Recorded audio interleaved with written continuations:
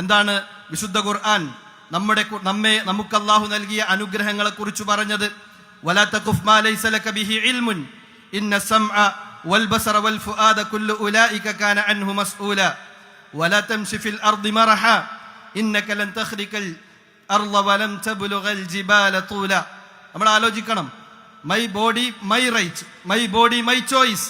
എൻ്റെ ശരീരം അത് എൻ്റെ തിരഞ്ഞെടുക്കലാണ്, എൻ്റെ ശരീരം എൻ്റെ അവകാശമാണെന്ന് പറഞ്ഞ് ഏത് രൂപത്തിലും എന്തുമാകാം എന്ന സ്വാതന്ത്ര്യം ഈ ആളുകൾ പറയുമ്പോൾ തന്നെ വിശുദ്ധ ഖുർആൻ പറഞ്ഞത് ഇന്ന സമഅ വൽ ബസറ വൽ ഫുആദ കുല്ലു ഉലൈക കാന അൻഹു മസ്ഊല.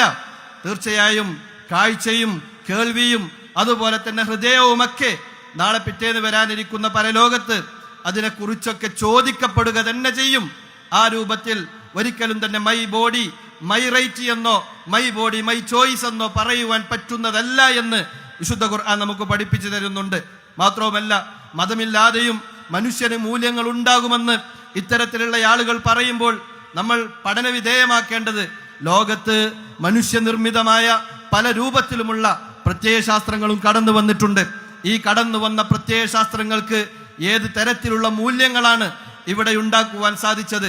ഒരിക്കലും തന്നെ അതിന് സാധ്യമല്ല എന്ന് തന്നെയാണ് നാം മനസ്സിലാക്കേണ്ടത്.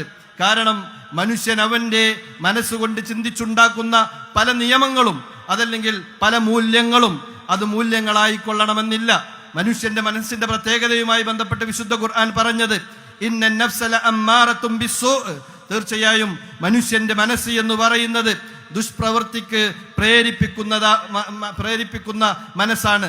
ഇല്ലാ മാ റഹിമ റബ്ബി, എൻ്റെ റബ്ബിന്റെ അടുക്കൽ നിന്നും കാരുണ്യം ലഭിച്ച മനസ്സിന്റെ ഉടമകളുടേതല്ലാതെ എന്ന് പറയുമ്പോൾ ആ മനസ്സിന്റെ ഉടമകളായിക്കൊണ്ട് നിയമനിർമ്മാണവും അതുമായി ബന്ധപ്പെട്ട കാര്യങ്ങളും നടത്തുമ്പോൾ അതിലൂടെ ഒരിക്കലും തന്നെ സമ്പൂർണമായ രൂപത്തിലുള്ള ഒരു നിയമനിർമ്മാണമോ അതല്ലെങ്കിൽ മൂല്യങ്ങളോ ഉണ്ടാക്കി തീർക്കുവാൻ സാധ്യമല്ല എന്നതാണ് നാം ഓരോരുത്തരും മനസ്സിലാക്കേണ്ടത്.